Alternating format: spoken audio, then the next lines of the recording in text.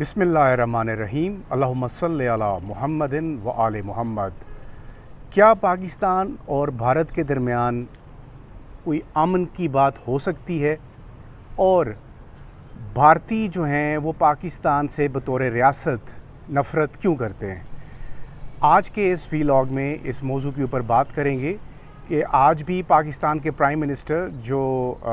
पाकिस्तान और इंडिया के दरमियान हालिया कशीदगी हुई, उसके बाद अपने दोस्त ममालिक के साथ मुख्तलिफ़ जगहों पर मुख्तलिफ़ मुल्कों के दौरों पर हैं। और उन्होंने रिसेंटली तुर्की और फिर उसके बाद ईरान और आज़रबाईजान का दौरा किया। और आज़रबाईजान में सह अफ्रीकी इजलास में उन्होंने बहुत वाज़ेह तौर पर इंडिया को ये पैगाम दिया कि हम आज भी भारत के साथ बैठकर बात करना चाहते हैं, और दहशतगर्दी हो या कश्मीर का इशू हो और या फिर जो भारत की तरफ से पाकिस्तान के पानी बंद करने की बात है, इन तमाम इश्यूज़ पर बात करने के लिए तैयार हैं। और पाकिस्तान के प्राइम मिनिस्टर शहबाज शरीफ ने ये बड़ा कैटेगोरिकली ये बात की है कि हम खित्ते में अमन के ख्वाह हैं, और आज भी हम भारत की तरफ से भारत को ये ऑफ़र करते हैं कि जो मामलात बिगड़े हैं जिस वजह से जो पहलगाम अटैक है, उसकी गैर जानिबदार न्यूट्रल इंक्वायरी और करने के लिए बिल्कुल पाकिस्तान हर किस्म के ताउन के लिए तैयार है। तो ये एक अच्छी स्टेटमेंट है, मुस्बत स्टेटमेंट है। इस तनाजुर में हम ये देखते हैं कि क्या आइंदा आने वाले दिनों में पाकिस्तान और भारत के दरमियान क्या कोई सालसी या कोई अमन की तरफ भी बात बढ़ सकती है या नहीं। अगर हम माजी के अदवार का जायज़ा लेते हैं, जिस तरह दोनों मुल्कों के दरमियान बड़े लंबे अरसे से तकरीबन 70 साल से ज़्यादा अरसा गुज़र चुका है, और दोनों ममालिक ने एक दूसरे के साथ जंगें भी लड़ ली हैं, एक दूसरे के अवाम को भी एक दूसरे से दूर रखा है, और पीपल टू पीपल कांटेक्ट पे भी पाबंदियाँ हैं। तो इस सारे तनाजुर में जो पहला हिस्सा है इस वीलॉग का, वो यही है कि क्या हम अमन की तरफ बढ़ सकते हैं। तो उसमें जो बुनियादी चीज़ है जिसको समझने की ज़रूरत है, वो ये है कि दोनों मुल्कों के जो हाई अप्स हैं, जो इनको चलाने वाले हैं, जो इनके कर्ता धर्ता हैं, मेरा इशारा जो है वो दोनों ममालिक की इस्टेब्लिशमेंट्स की तरफ भी है, और दोनों ममालिक के जो पॉलिटिकल लीडरशिप है उनकी तरफ भी है कि क्या वो किस हद तक संजीदा हैं इस मामले को लेकर। जब भी मैं वीलॉग करता हूं तो आप जो मेरे इंडियन फॉलोअर्स हैं, आप यकीन करें कि कोई ऐसी बात कभी भी नहीं करने की कोशिश की जिससे आपका दिल आज़ारी हो या कोई ऐसी बात हो जो फैक्ट्स पर मबनी बात है। कोशिश यही होती है कि वही आपके सामने रखी जाए। अभी जब पाकिस्तान ने भारत को एक दफ़ा फिर ऑफ़र किया है कि हम बैठकर बात करने के लिए तैयार हैं, क्या आप इस अमल पर राज़ी हैं, तो प्लीज़ वेलकम। अब जितने भी ख़ित्ते की जो रीजनल इस वक्त कंट्रीज़ हैं, जिसमें जिस तरह मैंने ज़िक्र किया कि 3 ममालिक का तो मैंने नाम लिया, चौथा ईरान भी है, और फिर चाइना का ज़िक्र जो है वो जो चाइना का जो नाम है वो काबिल ज़िक्र है, क्योंकि अभी ये जो तासर मिल रहा है, और ये भरपूर अंदाज से चाइना ने ख़ुद भी कह दिया पाकिस्तान को कि अब जब भारत ने जो चाइनीज़ टेक्नोलॉजी इस्तेमाल की भारत के ख़िलाफ़, पाकिस्तान की हालिया रिसेंटली जो दोनों मुल्कों के दरमियान एक कॉन्फ्लिक्ट हुआ, उसमें बहुत वाज़ेह तौर पर चाइना की तरफ से पाकिस्तान को वो टेक्नोलॉजी दी गई, और पाकिस्तान ने वो टेक्नोलॉजी इंडिया पे इस्तेमाल की। और उसके बाद जो चाइनीज़ का जो एक मयार है, जो उनके बारे में एक तासर था आम तौर पर कि वो डुप्लिकेट कॉपियाँ बनाने में बड़े माहिर हैं, लेकिन इस मुख्तसर सी जंग ने दुनिया के सामने ये तासर गलत साबित कर दिया, और चाइना की जो इस वक्त डोमिनेंस है रीजन के अंदर, उसको बहुत तक़वियत मिली है। हम इसके ऊपर बहुत सारे वीलॉग्स कर भी चुके हैं और आइंदा दिनों में करेंगे भी। लेकिन इस वक्त जो मामला है कि क्या ये दोनों मुल्क पाकिस्तान और जो भारत हैं, ये किसी एक टेबल पर बैठकर कश्मीर के तनाज़े को देखें। जब भी तनाज़ात होते हैं, जब तनाज़ात का हल नहीं निकलता, तो फिर वो मुल्क दुश्मनी आपके दिलों में बढ़ जाती है। तो इस सारे पस मंज़र में हम माजी में कुछ थोड़ा सा झांकते हैं, क्योंकि हमारी जो जनरेशन है, जिसको अभी जनरेशन जी कहते हैं, जो वो हमारी यूथ, ख़्वाह वो पाकिस्तान के अंदर हो या इंडिया के अंदर हो, जो 1997 से ऑनवर्ड आप कह लें कि 2012 तक वो बच्चे जो बड़े हुए हैं, जो उनके हाथ में आप कह लें लेटेस्ट टेक्नोलॉजी थी, मोबाइल फ़ोन, इंटरनेट, गैजेट्स और जो आप कह लें कि इस वक्त दुनिया में इस्तेमाल होने वाली हर वो चीज़, और फिर सोशल मीडिया का एक पावरफुल टूल भी ये जनरेशन जो है वो इस्तेमाल करती है। तो इस जनरेशन को आपने आगे लेकर कैसे चलना है, और जो भारत के अंदर पाकिस्तान का जो एंटी इंडिया सेंटीमेंट है वो क्यों दिन ब दिन परवान चढ़ता रहा है, इसके ऊपर बात करेंगे। तो अगर हम देखते हैं माजी में दोनों मुल्कों ने बड़ी सीरियस कोशिश की कि कश्मीर के इशू को लेकर हम हल की तरफ बढ़ें। 1999 में 1999 में जब Nawaz Sharif was in power, Pakistan के 2 टाइम्स प्राइम मिनिस्टर हैं, वो जब रहे हैं, वो जब इक़्तिदार में थे तो उन्होंने अटल बिहारी वाजपेयी साहब को, जो इंडिया के प्राइम मिनिस्टर थे उस वक्त के, उनको दावत दी और फिर वो बस के ज़रिए लाहौर आते हैं। लाहौर में आके उन्होंने उनका बड़ा पुरतपाक खैर मकदम किया जाता है, बड़ा वार्मली वेलकम उनको किया जाता है। और पहली दफ़ा जो इंडिया के किसी वज़ीर आज़म की तरफ से ये बात की जाती है कि बिल्कुल एज ए स्टेट जो है हम पाकिस्तान के इस बात को तस्लीम करते हैं कि कश्मीर के ऊपर कंपोजिट डायलॉग होना चाहिए। अभी ये खुशियाँ मनाई ही जा रही थी, लेकिन 2 महीने के कलील अरसे के बाद कारगिल जो इंसिडेंट है वो हो जाता है और कारगिल की जो लड़ाई है वो सामने आ जाती है। और जो पॉलिटिकल कोशिश थी दोनों मुल्कों के दरमियान, वो उस तरह डिरेल हो जाती है कि कारगिल का जो जंग है वो शुरू हो जाती है और इंटरनेशनल कम्युनिटी भी उससे इस अमल से नाखुश दिखाई देती है। और फिर पाकिस्तान के ऊपर ख़ासा प्रेशर बढ़ता है। उस वक्त जनरल मुशर्रफ साहब जो थे वो एज ए आर्मी चीफ़ मौजूद थे। उन्होंने फिर ये कारगिल का इशू जो है वो उस वक्त लाइमलाइट में वो लाए, और जब ये ऐसा हुआ दोनों अतराफ़ काफ़ी नुकसान हुआ, दोनों मुल्कों की फ़ौजों को नुकसान हुआ। और फाइनली फिर यूनाइटेड स्टेट्स जैसी एक ताकतवर मुल्क की मदाखलत से पाकिस्तान जो कारगिल के ऊपर काबिज़ होता है और फिर वो अपनी पोजीशन को विड्रॉ करता है। तो ये वो पहला सेटबैक था जिसको इंडिया की तरफ से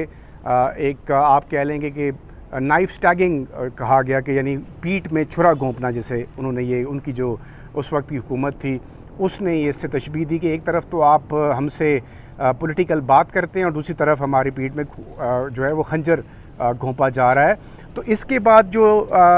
फिर आगे कुछ अरसा बाद जब जनरल मुशर्रफ ख़ुद as a military chief take over करते हैं पाकिस्तान के ऊपर, तो उन्होंने फिर दोबारा सालसी की वो कोशिश करते हैं और 4 नुकाती एजेंडा जो कश्मीर का था उसको लेकर के आगे बढ़ते हैं। और मनमोहन सिंह की गवर्नमेंट थी उस वक्त, और उनको फिर यहाँ से जनरल मुशर्रफ साहब डिप्लोमेसी के बाद वहाँ पे जाते हैं आगरा में, और आगरा में उनका इंडिया का बड़ा एक हिस्टोरिकल विज़िट होता है। और ऐसा लगता है कि अब दोनों मुल्क एक दफ़ा फिर बड़े क्लोज़ होने जा रहे हैं। और ये जो इशू है जिसको पूरी दुनिया की नज़रें उस वक्त लग जाती हैं कि 2 न्यूक्लियर ताकतें जो हैं वो इंडिया के मेन जो डिस्प्यूट है पाकिस्तान और इंडिया के दरमियान उसको हल करने जा रहे हैं। लेकिन फिर एक तीसरी ताकत कोई बीच में आती है और वो पाकिस्तान और इंडिया के दरमियान एक दफ़ा फिर जो एक नाखुशगवार वाक़या पेश आता है और मुंबई अटैक्स हो जाते हैं। और उस दौरान जो उस वक्त की गवर्नमेंट है, जो इंडियन गवर्नमेंट थी, उसने डायरेक्टली जिस तरह पहलगाम का भी रिसेंटली एक वाक़या होता है और फौरी तौर पर पाकिस्तान के ऊपर इल्ज़ाम लग जाता है, और उस वक्त की गवर्नमेंट ने भी फौरी तौर पर इसी तरह ये इल्ज़ाम पाकिस्तान पर लगा दिया कि इंडियन पार्लियामेंट पर हमला जो था वो भी, और फिर ये जो मुंबई होटल पर जो हमला हुआ था उसके ताने बाने भी पाकिस्तान से मिलते हैं। और यूँ फिर एक दफ़ा फिर जो है दोनों मुल्कों के दरमियान एक जो है खलीज वो कायम रहती है और गैप्स बढ़ जाते हैं। इस दौरान सबसे बड़ा नुकसान क्या होता है कि जो इंडिया में उस वक्त की वो जनरेशन जेन ज़ी जनरेशन जिसे हम कहते हैं, जो नई यूथ थी वो उस दौरान बड़ी हो रही थी। उनको ये लगा कि जो हमारा हमसाया मुल्क है वो हमेशा पाकिस्तान जो है वो हमेशा हमें एक ख़तरे के तौर पर उसको देखना वो शुरू कर देते हैं, और वो ये समझते हैं कि उनके मुल्क में जो कुछ भी होता है वो पाकिस्तान ही कराता है। हालांकि इस तरह के बहुत सारे वाक़यात पाकिस्तान के अंदर भी आए रोज़ रोनुमा होते रहते हैं। और फिर जो इंडियन मीडिया है उस दौरान जो उस वक्त का इंडियन मीडिया था वो अखबारात और रसाले वगैरह जो होते थे, मैगज़ीन्स जो थे, वो इस तरह का इंडियन मीडिया नहीं था। फिर भारत के अंदर जो इलेक्ट्रॉनिक मीडिया की एक यलगार आती है और वो पूरे मुल्क पर छा जाती है और मास वाइज सनसनी के अलावा कोई ख़बर नहीं दी जाती। और बाकायदा तौर पर जो इंडियन मीडिया है उसने इतना नेगेटिव रोल अदा किया और तमाम जितनी भी नई जनरेशन थी उसके जहनों में ये बात डाल दी कि पाकिस्तान जो है वो भारत के अंदर हर किस्म की जो टेररिज़म है उसका ज़िम्मेदार है। हालांकि पाकिस्तान ख़ुद दहशतगर्दी का शिकार रहा है। और आप देख लें 2001 से ऑनवर्ड, जब से यूनाइटेड स्टेट्स अफ़गानिस्तान के अंदर आता है और उसामा बिन लादेन जो 9/11 के बाद जो हालात बनते हैं उसमें एक so called war on terror जो है वो शुरू करता है और फिर पाकिस्तान उसका फ्रंट लाइन अलाय बनता है। तो सबसे ज़्यादा नुकसान उस वॉर का पाकिस्तान को होता है। और फिर जो टेररिज़म की जो सारी आप कह लें जो उसका मलबा है वो पाकिस्तान के ऊपर गिरता है और आम शहरी और जो हमारी सिक्योरिटी फोर्सेस हैं वो आए रोज़ मिलिटेंसी का निशाना बनते हैं, ख़्वाह वो तालिबान, तहरीक तालिबान पाकिस्तान हो, वो अलकायदा मिलिटेंट्स हों या फिर वो बलूचिस्तान लिबरेशन आर्मी के मिलिटेंट्स हों। तो इन तमाम जो चीज़ों का खुमियाजा है वो पाकिस्तान भुगतता है। लेकिन इंडिया के अंदर एक तासर बना दिया जाता है और फिर इस तासर को आप यकीन करें कि हकीकत में बदलने के लिए फिर जब भारतीय जनता पार्टी, क्योंकि कांग्रेस की पोजीशन काफ़ी कमज़ोर हो जाती है और फिर जो भारतीय जनता पार्टी है वो रिलीजियस कार्ड खेलती है अपना। और आपको पता है कि जब मज़हब के नाम पर कोई भी सियासी जमात अपनी कोई एक्टिविटी करती है तो उसको पब्लिक सपोर्ट हासिल हो जाती है। और फिर नरेंद्र मोदी साहब जब पावर में आते हैं तो उनको एक हिंदुत्व जो टर्मिनोलॉजी है उसके साथ, यानी ग्रेटर हिंदू कंट्री जो है वो भारत जो है एक सेकुलर स्टेट के तौर पर सामने था कि जहाँ पर अक़लीतें भी रह सकती हैं और हर एक को मुकम्मल आज़ादी है। लेकिन जब भारतीय जनता पार्टी इक़्तिदार में आती है तो उसका जो सबसे बड़ा मोटिव ये होता है कि हिंदुइज़्म को प्रमोट किया जाए और भारत को सिर्फ़ हिंदुओं का मुल्क ही करार दिया जाए। इस नैरेटिव के साथ सिर्फ नरेंद्र मोदी साहब आगे नहीं बढ़ते बल्कि जितना भी मीडिया है जिसका मैंने अभी जिक्र किया है, इंडियन मीडिया वो एक कॉरपोरेट मीडिया में बदल जाता है, वो आज़ाद मीडिया ख़त्म हो जाता है। क्योंकि जितने भी इंडिया के बड़े बड़े अमीर लोग हैं वो बड़े बड़े चैनल्स बना लेते हैं और फिर भारतीय जनता पार्टी को वो भरपूर अंदाज में सपोर्ट करते हैं और एक बाकायदा सोचे समझे मंसूबे के तहत पाकिस्तान के ख़िलाफ़ एक हर्जा सराई, यानी एक रेटरिक्स का जो बाज़ार है वो गर्म होता है। और आए रोज़ सुबह से लेकर शाम तक जितनी भी ट्रांसमिशंस आप उठा लें उसमें एंटी पाकिस्तान जो नैरेटिव है जो भारतीय मीडिया का वो उसमें शुरू हो जाता है। मैं आपको एक मज़े की बात बताऊं, मैं ख़ुद एज ए जर्नलिस्ट इंडिया के जो सबसे बड़ा न्यूज़पेपर है सर्कुलेशन के हिसाब से, दुनिया का सेकंड लार्जेस्ट न्यूज़पेपर है दैनिक भास्कर, मैं उसके लिए काम करता रहा हूं, मैं अभी तक उनके लिए आर्टिकल्स लिखता रहा हूं। आप यकीन करें कि इंडिया के लोग इस तरह के नहीं हैं जिस तरह उनके बारे में हम तसव्वुर करते हैं। They are very friendly people, बहुत अच्छे लोग हैं। मेरे जितने भी कोलीग्स हैं वहाँ पर मेरी उनके साथ बहुत अच्छी अंडरस्टैंडिंग रही है। और एज ए जर्नलिस्ट मेरे लिए बड़ा एक अजीब एक्सपीरियंस था कि जब मैंने इंडियन मीडिया के साथ काम किया, मुझे कभी भी उन्होंने ऐसी कोई चीज़ नहीं कही कि आप एंटी पाकिस्तान हमें कोई आर्टिकल दें। ये उस न्यूज़पेपर की तारीफ़ में इसलिए कर रहा हूँ कि ऐसा नहीं है कि सारा जो इंडियन मीडिया है वो एक जैसा ही हो। फिर आपने देख लिया कि दैनिक भास्कर की इसी न्यूट्रलिटी की वजह से जो नरेंद्र मोदी साहब हैं जो इंतहा पसंदी की बातें करते हैं और आज भी वो इसी तरह की बातें कर रहे हैं और मुसलसल पाकिस्तान को टारगेट कर रहे हैं। फिर उनका वो जो 56 इंच की छाती वाला सीन है वो लोगों को पसंद आ जाता है और फिर जो एंटी पाकिस्तान नैरेटिव लेकर वो चलते हैं। और फिर लोग कहते हैं, जो भारत की जनता है वो ये समझती है कि एक चाय बेचने वाला जब प्राइम मिनिस्टर बन जाता है और फिर वो दुश्मन मुल्क को हर वक्त ललकारता है तो उससे ज़्यादा नेशनलिस्ट कोई भी नहीं है और उसको हमें भरपूर अंदाज में सपोर्ट करना चाहिए। तो ये वो सारी चीज़ें थी जिन चीज़ों ने फिर पाकिस्तान और भारत के दरमियान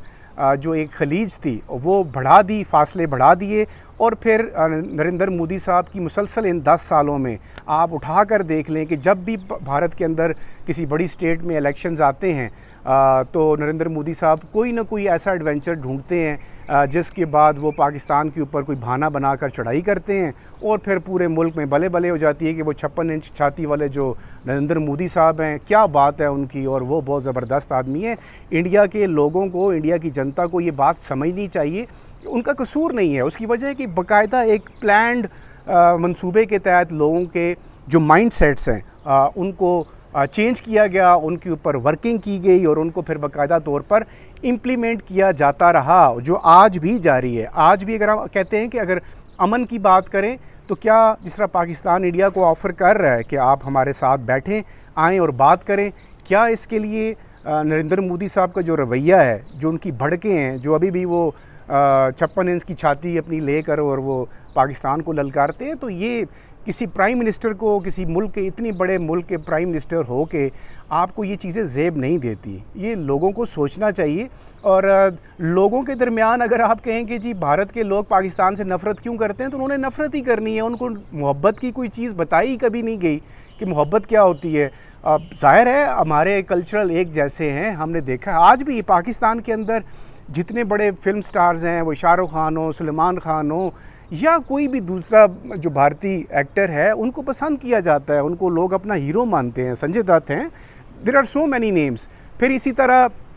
हमारे यहाँ से जो बड़े बड़े गुलकार हैं, गुलाम अली साहब हैं या मेहदी हसन साहब थे, इनकी गायकी के आज भी चर्चे हैं वहाँ पर। लता मंगेशकर साहबा को यहाँ पर इतना पसंद किया जाता रहा है, लेकिन आवाम जो जनता है उसके दिलों में हमेशा एज ए जो इंडियन गवर्नमेंट है उसने इतना जहर भर दिया है कि उनको ये लगता है कि बस पाकिस्तान हमारा दुश्मन है। हालांकि यहाँ आप बात ये है कि जितने भी मेरे व्यूवर्स हैं, आप इंडिया से पाकिस्तान कभी आएँ, आप लोगों का यहाँ पे इखलाक देखें। ठीक है, हमारे बारे में बहुत सारी मिसकंसेप्शंस बनी हुई हैं, लेकिन जब तक कोई किसी को आजमाता नहीं है। मैंने एक छोटी सी एग्जांपल आपको दी है कि मेरा एक तकरीबन 3 साल अरसा मेरा जो मैं भारतीय इस बड़े न्यूज़पेपर के साथ जुड़ा रहा हूँ, यकीन करें मेरे जितने भी कोलीग्स हैं, मुझे वो दिल से पसंद है। और जब ये हमारा कॉन्फ्लिक्ट चल रहा था तो मैं हर रोज़ उनको उनकी खैरियत पूछने के लिए फ़ोन करता था, मैसेज करता था कि आप लोग ठीक हैं, आपकी तरफ कोई ऐसा मिसहैप तो नहीं हुआ। तो दोनों जो मुल्क की आवाम हैं वो एक दूसरे को बड़ा पसंद करती हैं और हमारे कल्चरल सिमिलैरिटीज़ हैं, लेकिन एक इंतहा पसंद लीडरशिप जो है वो हमेशा आवाम के दिलों में नफ़रत भरती है। और इस नफ़रत को कम करने के लिए ज़रूरी है कि इस तरह की जो बयानबाजी है मीडिया के ऊपर उसको कम से कम किया जाए। अब जो सबसे इम्पॉर्टेंट नुक्ता यही है कि नफ़रत को ख़त्म करने के लिए दोनों हुकूमतों को ख़ास तौर पर भारतीय जो गवर्नमेंट है उसको अपना किरदार अदा करना चाहिए। और नरेंद्र मोदी साहब को भी ये सोचना चाहिए कि जब आप इतने बड़े मुल्क के प्राइम मिनिस्टर होकर और स्टेज पर खड़े होकर अपनी सियासत चमकाने के लिए, और जो बिहार में होने वाले अभी रिसेंट इलेक्शंस हैं उनमें आप कामयाबी हासिल करने के लिए पाकिस्तान को धौंस और धमकी तो देते हैं, लेकिन क्या आप अपने मुल्क के लोगों के साथ, अपने मुल्क की आवाम के साथ, मुल्क की जनता के साथ क्या खिलवाड़ खेल रहे हैं और उसके रिज़ल्ट्स जो हैं वो क्या निकलेंगे? कभी ना कभी देखें, ये बात वही बात है कि अभी आखिरी अगर फाइनल हम इस का वाइंड अप अगर हम करें तो क्या दोनों मुल्कों के दरमियान अमन कायम हो सकता है? बिल्कुल हो सकता है, लेकिन नरेंद्र मोदी साहब जैसे एक हॉस्टाइल किस्म के प्राइम मिनिस्टर जो अपनी ज़ाती मफाद के लिए पूरे देश भारत को उन्होंने यरगमाल बना रखा है, और उनकी कोशिश ये है कि वो आइंदा जो 5 साल हैं उसके ऊपर भी वो गवर्नमेंट करें। लेकिन आप यकीन करें कि बहुत सारी अब जो जनरेशन आगे बढ़ रही है उसमें ये बात भी सामने आ रही है कि वो ये समझ रहे हैं कि यार हम अमन की बात क्यों नहीं करते, हर वक्त हम दुश्मन जो पड़ोसी मुल्क है उसके साथ दुश्मनी की बात करते हैं। तो इस तरह की सिचुएशन में अगर हम ये कहें कि क्या अमन कायम हो सकता है, तो मैं समझता हूँ कि भारत का जो रवैया है भारतीय गवर्नमेंट का, वो इस काबिल नहीं है कि जिसके बाद हम कह सकें कि दोनों मुल्क किसी न्यूट्रल वेन्यू पर बैठेंगे और वो कश्मीर या टेररिज्म या दीगर इश्यूज़ के ऊपर बात कर सकेंगे।